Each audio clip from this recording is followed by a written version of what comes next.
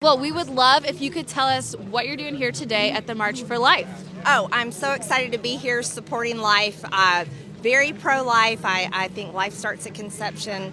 I believe we need to end abortion, no exceptions. It's the worst evil that we've ever committed in human history. And so this is a big day. I think a lot of things are changing in our country. I think people are having a renewal with their relationship with God. And I think people are finally realizing that it's so wonderful.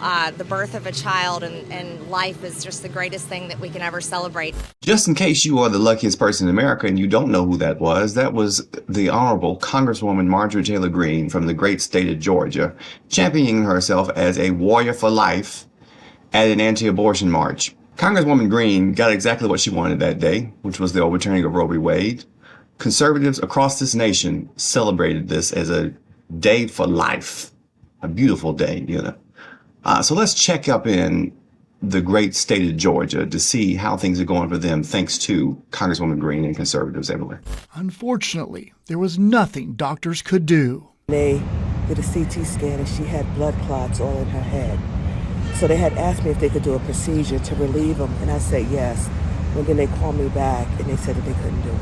Doctors declared Adriana brain dead because of Georgia's heartbeat bill, which bans abortions after a fetal heartbeat is detected. Her family says they weren't given any say in what happens next. It's torture for me. I come here and I see my daughter breathing by the ventilator, but she's not there. And I'm touching her.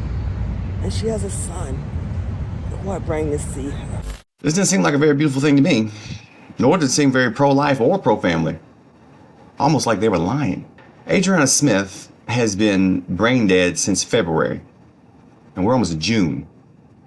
And the state of Georgia has decided that she must remain hooked up to machines and kept alive, despite being brain dead, as an incubator, despite what her doctors may want, what her mother wants, what her child wants, what her boyfriend wants, and what she may have wanted for herself. It doesn't matter. Marjorie Taylor Greene, Donald Trump, and the state of Georgia have the right to tell you how to live and how to die and when to die.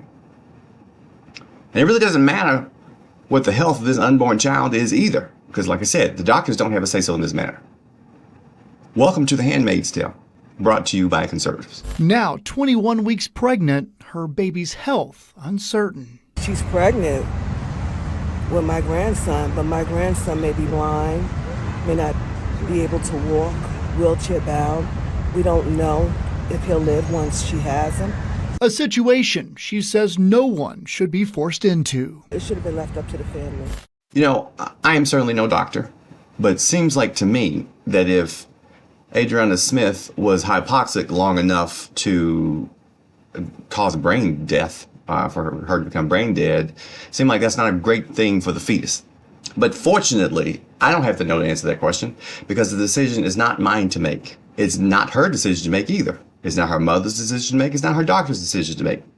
It's Marjorie Taylor Greene's, Donald Trump's, and the state of Georgia's decision to make. And we should thank God that while they're forcing her to incur months of medical care that neither she nor her family consented to, and they're forcing her poor mother to raise this child, provided that it actually survives the duration of this pregnancy and it makes it to term, we should thank God that they're not simultaneously trying to cut programs like Medicare, Medicaid, Social Security, SNAP benefits, Head Start. We should thank God that that's not happening at the same time that they're doing this. We should also thank God that medical care in America is so damn inexpensive. Because, how much could 4 months of life support cost?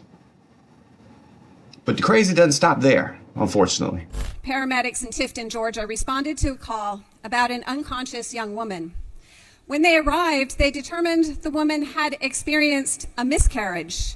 Gestational age, 19 weeks. The next day, instead of recovering from that miscarriage at home, 24-year-old Salena Maria Chandler Scott was arrested and booked into the Tift County Sheriff's Office. In other words, Miss Chandler Scott's miscarriage was criminalized due to the personhood component of Georgia's 6-week abortion ban. This case demonstrates the idiocy of fetal personhood.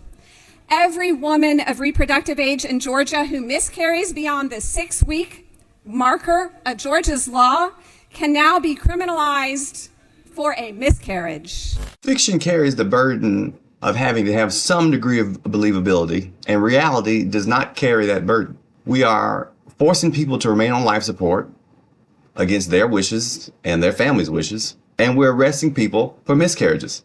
And in my home state, our Supreme Court ruled that zygotes and vials are people, which prompted the immediate shutdown of IVF clinics across the state, because what the hell does that even mean? 10 years ago, if you wrote any of this down in a book, no one would buy it because it would seem so wild and outlandish, it would just have no literary value. But now, thanks to Donald Trump, Marjorie Taylor Greene, and Republican legislators across the country, we're living in that reality that you wouldn't believe as fiction before.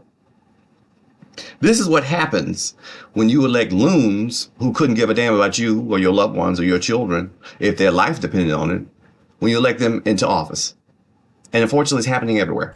Since the Supreme Court overruled Roe v. Wade in 2022, these episodes are increasingly common. Take, for example, Brittany Watts, a Warren, Ohio woman who miscarried at 22 weeks in 2023 and then faced felony charges for abuse of a corpse. She is now suing the city. Then there's the case of Amari Marsh, a 23-year-old South Carolina woman who miscarried and was arrested in 2023 and charged with murder, homicide by child abuse. She was jailed for 22 days and then placed under house arrest before a grand jury declined to indict her. According to Marsh, the arrest, quote, turned my whole life upside down. In the first year following Dobbs, at least 210 women faced criminal charges connected to their pregnancies, the most in a single year. Let's stop and take note of the fact that all these women in these cases are black women. It seems like every time there's an erosion of rights, it is black and brown people who are hit the first and the hardest. And all of this comes from the party of limited government, small government. And they're right. They are small government. When corporations and banks are robbing you blind, and medicine that you need to live costs $1 million for illness that you didn't ask for, they're nowhere to be found. Nowhere to be found. When 2/3 of this country is living paycheck to paycheck and the housing market is collapsing, nowhere to be found. Nowhere to be found. They're so limited you can't even see them. When your children, when you send them to school, are being blown to bits by weapons that were designed to pierce tanks, they're nowhere to be found, with the exception of their thoughts and prayers, of course. But let your ass have a stroke and a bleed in your brain while pregnant, have a miscarriage, or be grieving your loved ones and trying to make a decision that will impact your personal life for the rest of your life. They're knocking down the door. All of a sudden, Republicans become real effective in those situations. They ignore everything else. But when it comes to you and your personal life, all of a sudden, no, limited government? Who said that? No. Elections have consequences. Stop electing crazy people and elect somebody with some damn sense.